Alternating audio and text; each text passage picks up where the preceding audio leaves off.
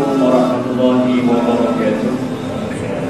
Alhamdulillahirabbil alamin wassalatu wassalamu ala asyrafil anbiya'i wal mursalin sayyidina Muhammadin wa ala alihi wa sahbihi ajma'in.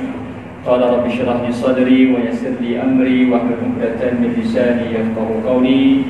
Qad qala Allah ta'ala fi kitabihil karim ba'da a'udzu billahi minasy syaithanir rajim. Ya ayyuhalladzina amanu ittaqullaha haqqa tuqatih wa la tamutunna illa wa antum muslimun. Sadaqallahu azim.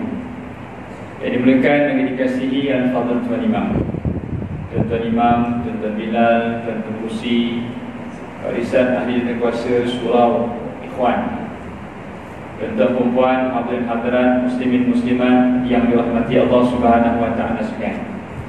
Apa khabar tuan-tuan? Alhamdulillah. Kita bersyukur kepada Allah Subhanahu wa taala kerana dengan limpahan kurnia, kasih sayang dapat sama-sama kita bertemu pada malam ini buat kali pertama. Walaupun ianya merupakan perancangan daripada manusia, namun jauh daripada itu ada perancangan daripada Allah Subhanahu wa taala agar kita bertemu pada malam ini. Dan mudah-mudahan Allah Subhanahu wa taala jadikan pertemuan pada malam ini sebahagian daripada amal soleh yang menjadi asbab kita mendapat perlindungan esok di padang mahsyar. Kerana kata Nabi SAW, salah satu golongan yang mendapat naungan Arasy, salah satunya adalah mereka-mereka yang bertemu dan berpisah berkasih sayang kerana Allah Subhanahu wa taala. Selawat dan salam ke atas junjungan Nabi kita Muhammad sallallahu alaihi wasallam, ahli keluarga kita, para sahabat, para tabi'in, tabi'in, dan doa yang berpanjangan buat umat Islam yang berada di Syria, yang berada di Palestin, di Uyghur, di Myanmar, di Kashmir, di India, di selatan Thailand, di Filipina, di seluruh dunia, agar Allah Subhanahu wa taala berikan kekuatan dan kemenangan. Dan sekiranya mereka gugur di medan pertempuran, kita mengharapkan agar Allah Subhanahu wa taala tempatkan mereka semua di tempat yang terbaik. Dan pada masa yang sama, bila kita suka mendoakan kebaikan untuk orang lain, kata Nabi SAW, barang siapa yang mendoakan kebaikan untuk orang lain tanpa orang itu tahu pun doa itu didoakan untuknya, maka malaikat akan berkata amin, dan malaikat akan mendoakan perkara yang sama buat diri yang berdoa itu. Dan malaikat bukan satu, beribu, ya. Jadi lagi banyak kita doakan kebaikan untuk orang, sebenarnya doa itu lebih banyak pada diri kita. Kalau kita doa untuk diri sendiri, kita dapat satu doa saja. Siapa yang berdoa? Diri sendiri. Tapi kalau kita biasakan doakan kebaikan, kesejahteraan, keselamatan, kebahagiaan untuk orang lain, malaikat tak segan silu, makhluk yang tidak pernah melakukan dosa pada Allah Ta'ala, dia recommend pula dekat Allah, ya Allah, dia ni ya Allah bagi umurnya panjang, dia ni ya Allah mudahkan hidupnya, dia ni ya Allah murahkan rezeki, dengan asbab kita mendoakan kebaikan. Kita nak dapat doa manusia ni bukan murah harganya tuan-tuan. Kalau jemput doa selamat, bukan murah pula belanjanya, kena masak-masak dulu, ya. Kalau tidak, kena ayam masak merah, kari ikan sambal belacan saya campur, barulah nak doa selamat namanya. Boleh tak hidang air kosong? Boleh, tapi tak berapa selamat nak doa tu. Hidang air kosong ni tekak ada kering ni. Tapi nak dapat doa malaikat mudah, kita dulu tadah tangan, ya Allah, haji tu ya Allah, kemudahkan urusannya. Beribu malaikat, ya Allah, dia ni kemudahkan urusan. Tapi hati-hati bagi orang yang suka mendoakan orang lain kahwin seorang lagi. Silap hari bulan, dia naik kelamin dulu. Pesan pada Tuan Imam, kalau ada orang tak tolong doakan duduk orang lagi, risikonya tinggi. Saya imam satu, saya kata kalau nak minta duduk, saya minta orang lain doakan. Pasal doa malaikat juga macam tu tolak. Doa pula depan Kaabah tuan-tuan, ampun. Ambil di malaikat, balik dua kahwin ustaz. Alhamdulillah tuan-tuan perempuan, sekadar pengenalan dari pertama saya di sini. Nama saya Sahaja bin Abdul Razak. boleh dikategorikan sebagai orang seni juga kan, ya. Dibesarkan di Taman Gombak, anak Korea Masjid Ar-Rahimah. Bersekolah pun di Taman Selasih, yang dekat je. Darjah 1 sampai darjah 6 di situ. Padang 4 tu memang tempat saya rembat lah, kan, sampai patah kaki lah. Kemudian melanjutkan pengajian dengan Jordan dalam bidang syariah di Jordan. Balik daripada Jordan tanggal 2009, sempat sebulan saya duduk di Malaysia, terbang ke New Zealand pula. Lebih kurang 4 tahun duduk di sana. Teman isteri kebetulan belajar, tak sempat nak kerja. Memang tak sempat nak suruh belajar lah, kerja. Balik 2012, berkhidmat sebagai pensyarah di UiTM Shah Alam, di Intel. Ulang alik Gombak Shah Alam setahun juga lah. Last kali saya ceraikan UiTM. Jauh, habis nanti keras dia jalan je. Saya berhenti dan saya jadi imam dan jadi pengajar di sekolah. Lebih kurang dalam 2 tahun jugalah. Kemudian saya masuk ke dalam institusi Kewangan Islam tanggal 2015. Kemudian sampailah sekarang, daripada satu syarikat ke satu syarikat, sekarang di Great Eastern Takaful, yang bahagian main salam tu. Tuan-tuan tahu kan main salam B40, M40. Saya antara orang yang akan pastikan ini syariah compliant, patuh syariah. Bukan ejen, tapi bahagian pemantauan syariah. Tuan-tuan perempuan, kita berada di bulan Rajab, ya. Dan sinonim sangat dengan Isra wal Mi'raj. Tapi saya nak ajak tuan-tuan untuk masuk sebelum ke Ramadan, ya. Sedar ataupun tidak, ada doa yang sering kali kita doa sepanjang bulan Ramadan. Setiap malam bahkan kita doakan doa ini. Adalah menjadi sesuatu yang tidak munasabah bila kita meminta, kamu tak faham. Pasal tiap-tiap malam minta. Kalau tak faham memang jam. Yang kedua, dah faham, tapi tindakan kita tidak mengundang doa itu dikabulkan. Jadi malam ni kita cuba tengok apakah doa yang kita doa sepanjang malam, dan apakah tuntutan yang perlu kita buat sebelum masuk Ramadan mendatang. Jadi preparation, persediaan itu kena buat sekarang. Baik, sepanjang malam kita minta pada Allah Ta'ala di malam bulan Ramadan. Kalau solat tarawihnya 8 rakaat, maka sekali minta. Kalau solat tarawihnya 20 rakaat, 4 kali minta. Apa dia? Allahumma inna nas'aluka ridhaka wal jannah wa na'udzu bika min sakhatika wan nar. Allahumma innaka 'afuwwun tuhibbul 'afwa fa'fu 'anni. Kita minta pertama, ya Allah berikan keridhaan-Mu, ya Allah berikan syurga-Mu, ya Allah jangan Kau berikan kemurkaan-Mu dan kami tidak mahu ke neraka-Mu, ya Allah sesungguhnya Kau Maha Pemaaf, maka maafkan kami. Ini permintaan yang memang diterima. Kita tak minta pun imam bacakan Allahumma innaka 'afuwwun karim, kita amin. Tapi tak jadi kalau kita tak faham. Sekarang kita dah faham. Adakah permintaan akan jadi suatu permintaan atau menjadi suatu kenyataan kalau tindakan kita bercanggahan dengan permintaan itu? Dia tak jadi, ya. Kita minta sebagai contoh, minta masuk asrama MRSM. Paling tidak anak kita mesti qualify untuk register, ya, dengan straight A-nya, dengan macam-macam lah keperluan. Ataupun kalau kita hantar tender di BKL untuk baiki lampu-lampu jalan, paling tidak kita tahu tender yang terbuka adalah tender baiki lampu jalan. Yang diiklankan tender baiki lampu jalan, kita submit tender kantin sekolah. Logik tak doa itu diterima? Logik tidak permintaan itu diterima? Tak logik.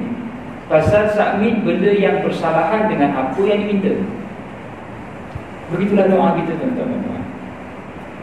Tuan-tuan bayangkan pentingnya elemen berdoa ini. Sampaikan dalam peristiwa Isra wal Mi'raj, Allah Subhanahu wa ta'ala memang sengaja biarkan Nabi naik turun, biar solat 50 jadi 5.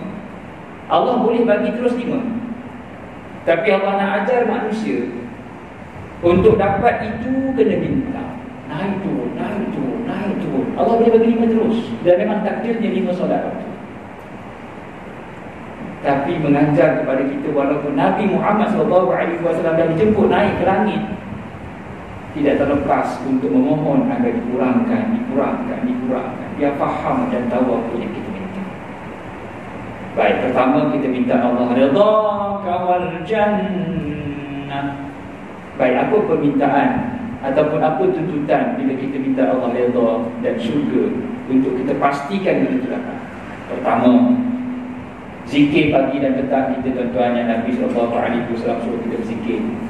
Raditu billahi rabban wa bil islami dina wa bi Muhammadin nabiyyan wa rasula.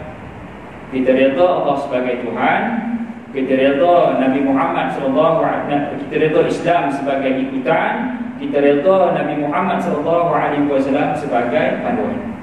Simple. 3 kriteria ini mengundang doa pertama diterima. Sebelum minta Allah Ta'ala redha dekat kita, ridhaka wal jannah, kita dulu kena redha Allah sebagai Tuhan. Kita dulu kena jadikan Quran sebagai panduan. Kita dulu kena jadikan Nabi Muhammad SAW sebagai ikutan. Ya. Dia tak jadi minta orang sayang ke kita tapi kita benci orang tu. Tak boleh. Kita nak orang sayang kita, kita dulu kena sayang orang. Kita nak orang hormat kita, kita dulu kena hormat ke orang. Kita nak orang senyum kat kita, kita kena buat apa, tuan-tuan? Kita kena senyum dulu ke orang. Kita nak orang jawab salam kita, kita bagi salam dulu ke orang. Kita nak orang bagi hadiah, kita hadiahkan orang dulu. Kita nak kena lempang, kita buat apa? Lempang orang dulu. Awak lempang saya. Tak, saya tengok main bola. Dia tackle kita, awak tackle saya dulu. Saya tackle awak, pum, lebih jauh. Kan, itu orang main bola. Dia boleh tackle sampai terbalik pasal dia berat, pasal dia tackle. Kita nak Allah Ta'ala redha, kita kena redha Allah sebagai Tuhan. Baik, kriteria pertama dan siap. Dan nak dapat syurga Allah Subhanahu Wa Ta'ala, tuan-tuan, Allah Subhanahu Wa Ta'ala sebut secara detail di dalam Quran. Ada 9 kriteria yang Allah sebut secara direct Allah sayang. 8 ataupun 9 kriteria ini tidak dapat tidak kita mesti sama-sama gemling tenaga untuk jadikan ianya sebagai daripada amalan kita. Pertama, Allah Subhanahu Wa Ta'ala sebut dalam surah Al-Baqarah, firman surah Al-Baqarah ayat 222, Inna Allah yuhibbut tawwabin. Pertama, Allah sayang orang yang banyak bertaubat. Wa yuhibbul mutatahhirin. Allah sayang orang yang pembersih. Kriteria pertama dan kedua Allah sebut dalam ayat yang sama, iaitu orang banyak bertaubat dan pembersih. Tuan-tuan, tidak ada Nabi yang pernah Allah utuskan di atas muka bumi ini melainkan mereka jadikan amalan istighfar sebagai amalan yang paling mereka buat, paling mereka suka buat, bertaubat. Nabi Adam bertaubat bila mana keluar dari syurga, turun ke bumi, bertaubat di atas kesalahan yang dilakukan. Bukan dosa, tapi kesalahan, menunjukkan mereka ni adalah manusia biasa. Nabi Nuh AS bertaubat di atas kesilapannya. Apa dia? Dia mendoakan anaknya yang kafir agar diampunkan oleh Allah Ta'ala. Allah bagi warning, ya Nuh, dia bukan di kalangan kamu. Nabi Nuh mohon ampun. Nabi Muhammad SAW, tuan-tuan, tidak pernah ada dosa pun. Ada silap. Nabi ada beberapa situasi yang Nabi buat silap, tapi bukan dosa. Pertama, turunnya surah Abasa wa Tawalla, Anja Abul A'ma. Nabi berpaling muka daripada Ibn Maktum jumpa Nabi untuk minta bantuan. Dia buta dan miskin, Nabi tak layan. Nabi layan pemimpin Quraisy dengan asbab nak berdakwah. Tapi Allah turun warning, wahai Muhammad, kenapa paling muka kepada orang Islam yang nak minta bantuan? Itu bukan Islam, yang ini Islam, patut dilayan. Satu. Yang kedua, Nabi SAW berjanji dengan orang Quraisy untuk bagi sebab jawapan kepada 3 soalan Yahudi. Nabi tak sebut insya-Allah. Ya. Delay surah Al-Kahfi 2 minggu. Ini kesilapan, bukan dosa, kesilapan. Dan ada lagi beberapa asbabun nuzul surah respon kepada kesilapan Nabi SAW, bukan dosa. Sebagai asbab dia adalah manusia biasa. Nabi SAW adalah manusia biasa. Baik. Dan Nabi SAW tidak pernah kurang taubatnya. Istighfar Nabi bahkan 100 kali sehari semalam. Kita daripada subuh tadi sampai isyak sekarang berapa kali kita istighfar? Ya. Kalau boleh atas motor tu, astaghfirullah Rabbal baraya. Pergi pasar malam kan, astaghfirullah minal khataya. Sambil morning walk, astaghfirullah Rabbal baraya. Itu tengah buat motor, astaghfirullah. Orang pun betul, lambat. Kita pun astagfirullahalazim, Masya nasihat pun istighfar lah. Kita tak ada nak marah dia pun, betul balik lah. Sebab tengah istighfar, tak jadi nak mencarut. Kalau tidak, mau ganggunya tu. Tengah buat kerja, astaghfirullah, datang member, letak ni file tinggi, tolong cek tak? Astagfirullahalazim. Orang tengah nak balik telefon 6, letak file tinggi. Istighfar dulu, pasal tengah istighfar. Pergi pasal malam, pasal tanya ke pergi, astaghfirullah. Sekali terpandang yang cantik mulia, astagfirullahalazim. Istighfar juga lah, pasal mata dah pandang. Tapi dah mengenal lama-lama. Pada lama-lama dia jadi lain. Kalau berbalas pandangan dah menyanyi pula tu. Dia tengok kita. Ada menyanyi tu. Bini pun cuit, abang kenapa istighfar lain macam tadi, ada tempoh ni tak ada tempoh. Awak mana tahu dia orang lelaki bekerja. Jadi istighfar ni jangan pernah kurang. Pasal kita minta pada Allah redha, kita minta Allah syurga, Allah sayang orang yang istighfar. Cek balik senarai semak amalan kita. Istighfar setiap hari berapa kali? Kalau boleh ekor sama dengan Nabi 100 kali pun should be okay lah. 100 kali. Wa yuhibbul mutatahhirin. Allah sayang orang yang pembersih. Tuan-tuan, sekarang ni musim virus. Nak menunjukkan Islam ni awal-awal lagi dah ada elemen pencegahan. Bersih. Dah tahulah macam mana tuan-tuan. Saya dapat khabar berita, memang virus corona ni dia bukan terbang, dia mesti kontak. Dia berat, virus tu berat. Dia bukan macam virus yang boleh kita bersih pun terbang, tak. Dia mesti kontak. Sebab tu kita kena pakai sanitize. Jangan, boleh pergi ke majlis-majlis orang kahwin tapi tak ada kontak. Gitu. Kalau nak kontak pun kena bubuh sanitizer. Bahkan Islam telah garis pandukan dari awal. Nabi SAW seorang yang kuat berwuduk, orang Sayyidina Bilal, dia buat apa? Dia tanya kepada Bilal, apakah amalan yang kau buat sampai tapak kakimu di syurga? Bilal kata, ya Rasulullah, tidak ada amalan yang special pun. Hanya berwuduk dan 2 rakaat setelah itu. Bilal, amalan pembersih diangkat sampai syurga. Jaga wuduk. Bersihnya Nabi, Nabi suka bersugi. Bersihnya Nabi, Nabi suka minyak wangi. Bersihnya Nabi, Nabi suka sikat rambut dan minyak rambut. Bersihnya Nabi, Nabi suruh pakai baju putih.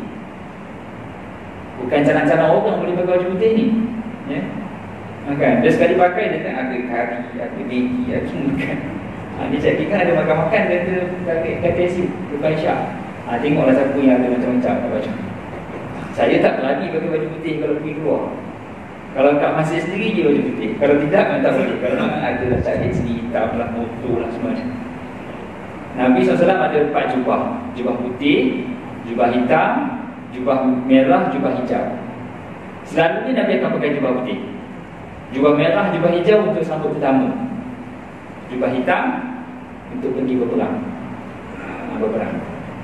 Tapi di saat Nabi SAW pakai jubah hitam, kata Aisyah, ternampak ketat di tangan. Maksudnya Nabi ni apa?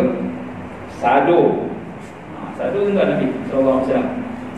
Mana tidak tuan-tuan, umur 60 memimpin panglima perang, menjadi panglima perang, pimpin batalion Islam pergi perang Tabuk lawan Rom. Umur 60. Kita 60 kira cangkul pun tak boleh gerak, sakit bahu, sakit lutut, sakit pinggang, sakit bahu. Yelah, daripada umur 20 sampai umur 60 kerja pegang pen, lepas pencen nak pergi canggul, berhenti kan. Dia cakap kat ayah tak payah, dah tak payah. Dia beria pencen beli tanah tau. Sebulan berbincang dia dah bodoh semua. Selang setahun naik balik semua. Mana kata nak buat kebun lah, tak ada. Penat, nyamuk, sakit pinggang. Masa muda tak biasa, tiba-tiba nak pegang cangkul, memang tak boleh. Nabi SAW seorang yang sangat presentable. Ada bicep tuan-tuan. Jadi saya sarankan tuan-tuan, kalau suami ada tempat kosong, buat gym rakyat. Betul? Saya ingat dekat sini ada orang yang pergi gym dari coach pula. Boleh hire dia untuk jadi coach. Nabi SAW seorang yang sangat jaga keterampilan. Di saat mandi, kata Aisyah, air terus turun, tak sangkut-sangkut di perut. Jubah, baju ketat di tangan, perut straight. Kita boleh amalkan sunnah untuk ketatkan di tangan tu. Abang ketat di tangan, abang perut di tangan tu memang dia sunnah. Di perut tu punah tu. Royak juga. Tarik, apa yang royak juga. Otak tangan tak apa, perut pun kena otot sikit. Tuan-tuan, Nabi SAW seorang yang sangat jaga keterampilan dan bersih. Nabi sebut laula an asyqa ala ummati la amartuhum bisiwak dan kulli salat. Kalau tidak memberatkan umat aku suruh dia gosok gigi setiap kali nak solat. Baik, dua. Tiga, Allah Subhanahu wa taala berfirman, a'udzubillahi minasyaitonir rajim, wallahu yuhibbul muhsinin.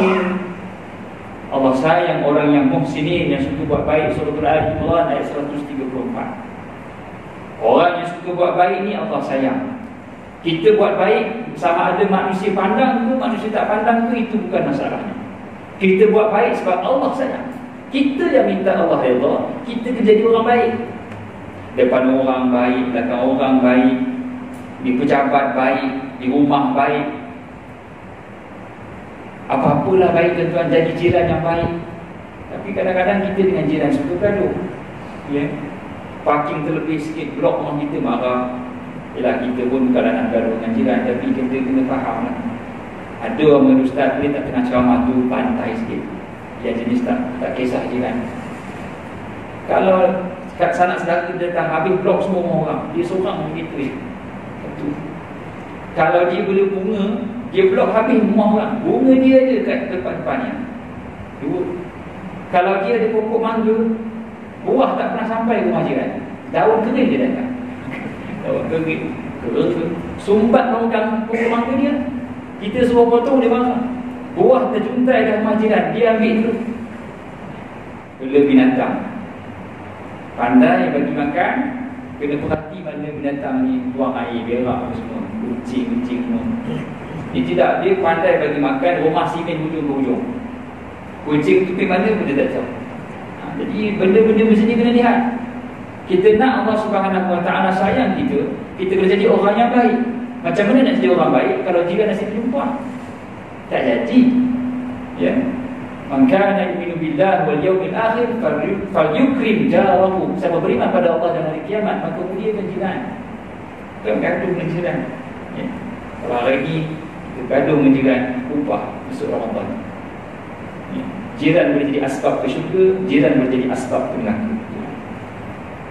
Zaman dulu lain, zaman sekarang lain tuan-tuan. Zaman dulu anak jiran anak kita. Ini zaman dulu. Saya ingat masa saya kecil-kecil dulu, panjat bumbung, travel hujung ke hujung. Orang telefon mak saya, balik. Anak pun dah panjat bumbung tadi. Saya nakal dulu lagi, dia tahan dulu nakal tu. Kalau jiran nampak boleh tegur, aku beritahu apa engkau, aku ikat tu kat pokok. Sekarang tak boleh. Sekarang anak jiran, anak saya. Awak jentik anak saya, awak siap. Jadi cikgu sekolah pun pening sekarang. Zaman dulu cikgu sekolah, saya ingat bapak saya macam ngaji, orang bagi rotan, ustaz, ni rotan, ni anak saya, jadikanlah dia manusia. Ni buah pisang, mangga, rambutan. Lepas dia ngaji ada je buah gantung kita. Makan dulu ustaz, sebelum nak mengajar makan, kita gantung makan. Nah, ni rotan, baru ustaz. Dan sekarang ada, mana boleh rotan pula. Rotan ada, tapi rotan ustaz tak pandai ajar anak saya. Takut ustaz nak ajar. Pisang ada, tapi untuk anak saya ustaz, dia belajar piano, berenang, swimming, archery, penat, bagi dia pisang dulu ustaz. Habis itu ustaz tak pandai. Takkan itu pun sembang. Allah sayang orang yang baik. Jadi nak tak nak jadikan benchmark kita dalam kehidupan baik. Sama ada orang nilai kata tidak baik, tuan-tuan. Baik. Kata Nabi SAW, khairukum man yurja khairahu wa yu'min syarrahu. Sebaik-baik kamu adalah orang yang diharapkan kebaikannya, dan bila dia jaga, orang berasa aman daripada kejahatan. Bila kita tak ada di surah Ikhwan ni, orang kenal lah, Haidah tak ada. Kalau dia ada, senang cerita kita. Majlis tu dibuat A sampai Z, dia seorang buat. Kalau jamban rosak, dia seorang buat. Allah, baik orang ni. Itu ada orang baik. Dia jangan terbalik pula. Bila dia ada, alah, habis program dia datang lah. Bila dia tak ada, tumpang kambing. Pasal apa tumpang kambing ni? Dah pindah Ustaz, dia pindah tempat lain. Alhamdulillah, cukup tumpang kambing. Ini teruk lah, teruk. Kita kena jadi, kita datang, orang seronok. Sebab sumbangan yang banyak kita berikan kepada masyarakat. 3, 4. Allah Subhanahu wa ta'ala berfirman, a'udzubillahi minasyaitonir rajim. Innallaha yuhibbus sabirin. Allah yuhibbus sabirin. Suratul Ali Imran ayat 146. Allah sayang orang yang sabar. Tak cukup dengan banyak bertaubat, tak cukup dengan orang yang pembersih, tak cukup dengan orang yang baik. Allah sayang orang yang kuat bersabar. Kita minta kepada Allah redha, kita minta Allah syurga, jadi orang yang sabar. Sabar dalam susah, sabar dalam senang, sabar dalam melaksanakan ketaatan, sabar dalam meninggalkan kemaksiatan, sabar. Tuan-tuan nak datang kuliah maghrib ni, sabar. Banyak pengorbanan yang mesti dibuat. Nak pergi haji, sabar. Beratur panjang. Saya pergi haji tahun 2008, tuan-tuan ikut jemaah Jordan. Beratur nak masuk jamban tu melengkor-lengkor, ya Allah, saya tak berani nak buang air. Sekali tu saya masuk beratur, baru masuk, baru selak, orang dah ketuk, ya Allah, ya Allah, ya Allah. Tak sempat nak buang air lagi, baru subuh dah. Memang Arab betul, Arab. At least kalau pergi dengan tabung haji, ikut jemaah orang Melayu, ada sopan santunnya. Ikut jemaah Arab memang habis lah. Ya Allah, ya Allah, ya Allah. Malaysia, ya Allah, ya Allah, ya Allah. Orang Melayu cepat tadi. Kau ni perut kecil, tak ada benda nak buang, keluar. Ingat kita apa? Ingat kita tengok kita makan lagi. Allah sayang orang yang sabar, tuan-tuan. Sabar bukan sekadar buat baik, sabar meninggalkan maksiat pun sabar juga. Sabar dalam meninggalkan segala maksiat yang kita buat, sabar. Mungkin dulu pernah kita buat maksiat, mata kita tak kawal, mulut kita tak dikawal, sumber rezeki kita tidak dijaga, tak dicari dari sumber yang halal. Nak keluarkan semua elemen-elemen maksiat dalam hidup kita ni, perlu kesabaran. Perlu kesabaran. Kita dapat income dari sumber yang tak halal, jadi perlukan kesabaran untuk tak nak lagi invest di tempat yang haram. Kita marah orang mabuk, langgar orang awam mati. Marah tak? Marah. Kita marah orang kalau jual haram. Tapi sedar ataupun tidak sedar, kita biarkan pelaburan kita dalam pelaburan yang tak patuh syariah. Duit itu jadi, dia beli saham harap untuk biar terus berluas. Kita hanya potong dia punya ranting-ranting ni, jangan biarap, jangan mabuk. Tapi kita biarkan investment kita dalam investment yang tak patuh syariah. Duit itu jadi pusingan modal beli saham kedai-kedai arak ni. Jadi jangan marah orang yang jual arak, jangan marah anak lagi yang jual arak. Marah balik, cek balik kita yang mungkin ada investment, biarkan ada investment yang tak patuh syariah. Sebab duit ini digunakan untuk saham-saham, saham judi. Ada yang jadi tikam nombor bulan ni. Dan nak bawa nombor ekor tu pergi masjid, geram terus. Tengah sujud jatuh nombor. Ya Allah, kau dia pun nak nikam, tak payah pergi masjid, jatuh. Dah lah jatuh, angin tiup pula pergi depan siap. Siap pun tengok, oi nombor. Siap pun tengok, okey, baik nombor apa ni. Siap pun nikam juga. Aduh, ini bukan siap di sini ya, siap lain. Tanda. Saya dalam penjemaah tu tuan, pakai visor tu pergi tengok kita nombor ekor di belah-belah melewati. Ada orang Melayu jemaah masjid tikam aku. Saya pun buat personal approach, Haji, kenapa tikam? Macam mana kita nak suruh tutup kedai nombor kalau Haji pun tikam? Alah Ustaz, RM10 je. RM10 je. Kalau kedai mamak RM10 habis juga. Wait, saya tikam, kalau ada untung, dapatlah. Pernah untung ke? Tak pernah pun. Bertikam apa? Benda judi, benda maksiat, jangan dibuat. Tapi nak tinggalkan itu susah. Saya pernah jumpa orang yang memang dah tertagih haram. Dia dulu pernah berkhidmat sebagai askar di Kosovo. Kerja dia jaga posting post sebagai sniper, ya. Jadi dia duduk di situ. Salah satu kaedah nak bagi badan panas, minum arak. Ni askar Soviet ni, askar sana ajar kalau musim sejuk, tangan keras, tak boleh nak tarik picu ke senapang. Kalau jaga pos, macam mana? Tak boleh. Jadi kena minum arak sikit untuk bagi badan dia panas. Saya cakap tak ada cara lain ke nak bagi panas saja? Ada. Apa dia? Makan kambing. Tapi macam mana nak makan kambing dia ke pos ni? Mengunyah-unyah pula. Jadi minum arak. Tapi masalahnya sampai dah pincin tu minum arak. Dia kata elok untuk jantung pula dia. Saya cakap, Haji, yang Nabi suruh minum cuka kurma, cuka apple, bukan arak. Oh, bukan arak. Dia salah masuk hadis tu. Azan. Tentang kerjaan azan kita sambung sikit dengan kriteria manusia yang Allah sayang.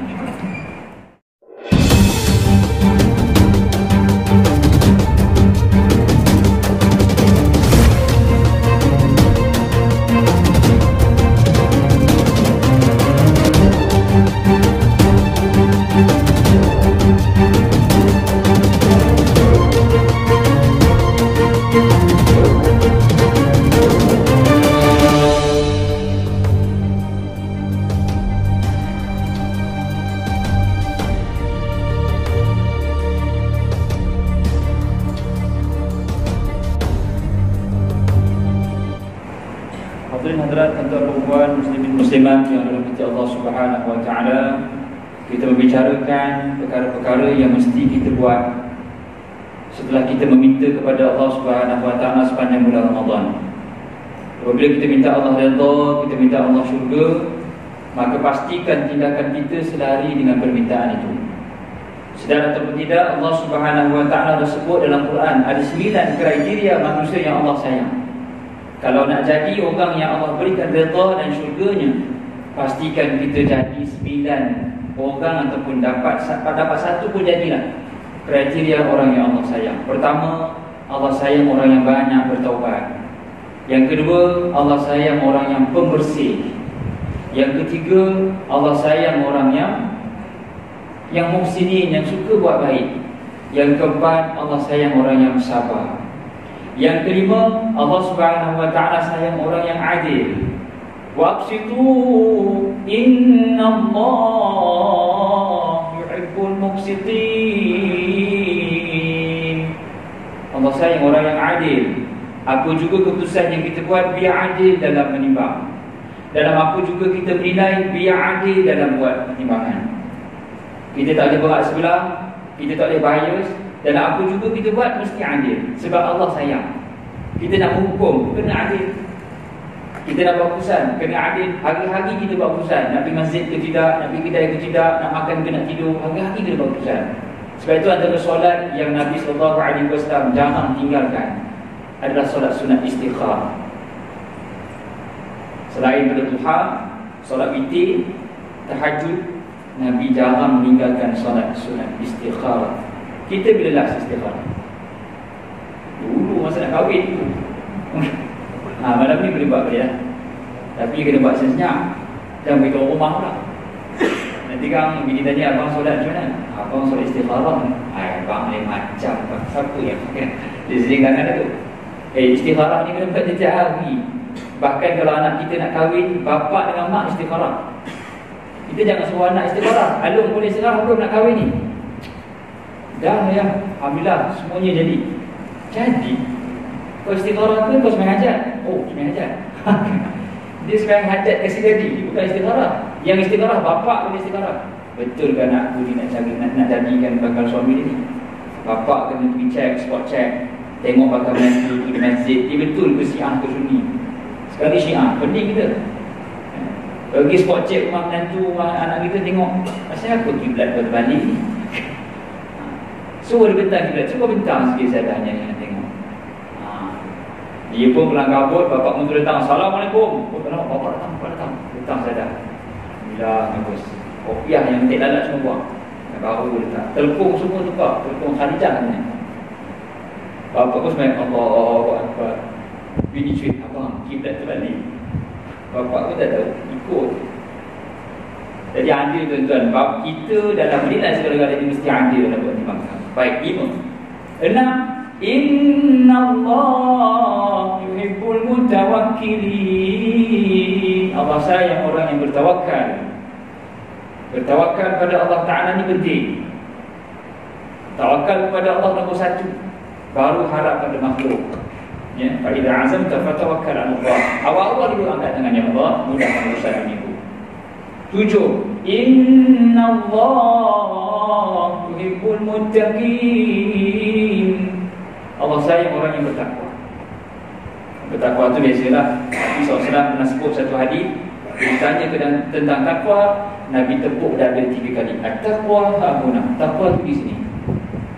Takwa itu amalan hati. Nabi seronok kita buat taat, Nabi seronok kita dengan kebaikan, takwa naik tinggi. Lagi kita malas buat ibadat, lagi seronok kita dengan maksiat, berwudu, menjatuh takwa. Kita sendiri boleh tengok hati. Ya. Takwa tu di sini. Kita tukar. Sakitnya tu di sini, di dalam. Jadi laku pula tuan-tuan puan. Ya. Tepuk dada. Takwa tu dah amalan hati. Takwa tu kata Nabi SAW, macam mana kamu melalui satu jalan yang banyak berduri. Nabi kata sudah pastilah jalan penuh dengan hati-hati, kata sahabat. Maka itulah takwa. Kita berjalan di atas muka bumi ini penuh dengan berhati-hati, takut langgar arahan Allah Subhanahu Wa Taala. 7. 8. Inna Allah yuhibbul ladhina yuqatiluna fi sabilihi saffa ka'annahum bunyanun marsus. Allah sayang orang yang berjuang di jalan Allah Ta'ala seperti binaan yang kukuh, dalam keadaan tersusun seperti binaan yang kukuh. Kita nak tegakkan syiar Islam, tuan-tuan, kita mesti bergerak secara berjamaah. Ya? Atas kapasiti kita lah. Surau sebagai contoh, kita contribute idea. Saya ingat saya pakar bagian landscaping, biar saya contribute pada surau ikhwan macam mana nak bagi cantik. Saya pakar bagian PA system, saya nak sumbang bagian PA system. Saya pakar, saya cikgu sekolah, tuan pengurusi sekolah ataupun kumpulkan anak-anak Korea, saya bagi dia tuition free. Karena bunyan marsus. Dan yang terakhir kata Allah Subhanahu Wa Taala, kriteria yang mesti kita jadi, tuan-tuan, untuk mengundang sayang Allah Taala. Allah sebut dalam Quran Karim, qul in kuntum tuhibbuna Allah fattabi'uni yuhibbukumullah. Kalau kamu sayangkan Allah, ikutlah Rasulullah, fattabi'uni, ikut aku, kata Nabi SAW. Yuhibbukumullah, pasti kamu akan disayangi oleh Allah Subhanahu Wa Taala. Macam mana nak ikut Nabi? Tuan-tuan pandai-pandai lah. Beli buku pasal Nabi, beli kitab Syama'il Muhammadiyah, beli kitab Rahim Al-Makhtum, beli kitab Riyadhus Salihin. Baca. Cara Nabi nak tidur macam mana? Nabi berwudu, kipas katil, baca 3 kul, tiup kaki tangan, sapu di ubun sampai tapak kaki, baring di lambung kanan, dan maafkan kesalahan insan. Dapat 5 pahala. Nak masuk bilik air macam mana? Masuk kaki kiri, baca berdoa, Allahumma inni a'udzubika minal khubuthi wal khaba'ith. Jangan bercakap-cakap dalam jamban, tutup kepala, keluar kaki kanan, baca doa ghufranak. Dapat 7 pahala. Cara nak minum macam mana? Pegang tangan kanan, baca bismillahirrahmanirrahim, minum 3 kali, baca alhamdulillah. Dapat 4 pahala. 5, 7, 4. Kalau kita buat itu je, tuan-tuan, itu hidupkan sunnah Nabi SAW. Allah sayanglah. Sebab itu ahli syurga bila melihat orang yang syurga, orang yang di atas balik ke atas di tingkatan syurga yang tertinggi, yang tinggi, dia akan menyesal kerana ada masa yang kosong di dunia, dia tidak manfaatkan untuk melakukan ketaatan. Ahli syurga ni dia akan menyesal sikit bila melihat orang syurga yang di atas boleh turun ke bawah dan dia naik atas balik. Yang kita tak boleh naik atas sebab ada masa kosong yang kita tak isi dengan ibadat yang memungkinkan kita boleh pergi syurga yang lebih tinggi. Tuan-tuan, Nabi SAW dia akan, tuan-tuan, kita nak jumpa esok di padang mahsyar. Kita nak minta syafaat Nabi SAW. Tuan-tuan bayangkan betapa susahnya manusia nak cium hadar aswad. Susah ke senang? Siapa pernah pergi umrah, haji, tahulah susahnya nak cium hadar aswad. Itu satu batu yang statik duduk diam, yang orang berkerumun nak pergi cium. Saya pernah jadi mutawif, tuan-tuan, saya bawa jemaah seorang ni, dia sarjan polis beside dia, Allah Akbar, tebal. Ya.